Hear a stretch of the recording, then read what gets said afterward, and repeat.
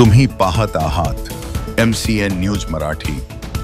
बुलढाणा जिल्ह्यातील खामगाव शहराच्या बर्डे प्लॉट भागात असलेल्या अवैधरित्या घरगुती गॅस सिलेंडरच्या टपरीवर 13 मे रोजी रात्री 8 वाजताच्या सुमारास शिवाजीनगर पोलिसांनी छापा मारला। यावेळी कॉम्प्रेसर मशीनद्वारे ऑटोमध्ये अवैधरित्या गॅस भरण्याचे साहित्य पकडले गेले। या कारवाईत पोलिसांनी 1 Ape, 20 cylinder, compressor, electronic machine, वजन काटा जप्त केला आहे। शिवाजीनगर पोलीस अवैधरित्या गॅस भरणाऱ्याच्या दुकानावर पोहोचणार असल्याची भनक आरोपी हसन खान पठाण यास लागताच तो तात्काळ घटनास्थळावरून फरार झाला आहे।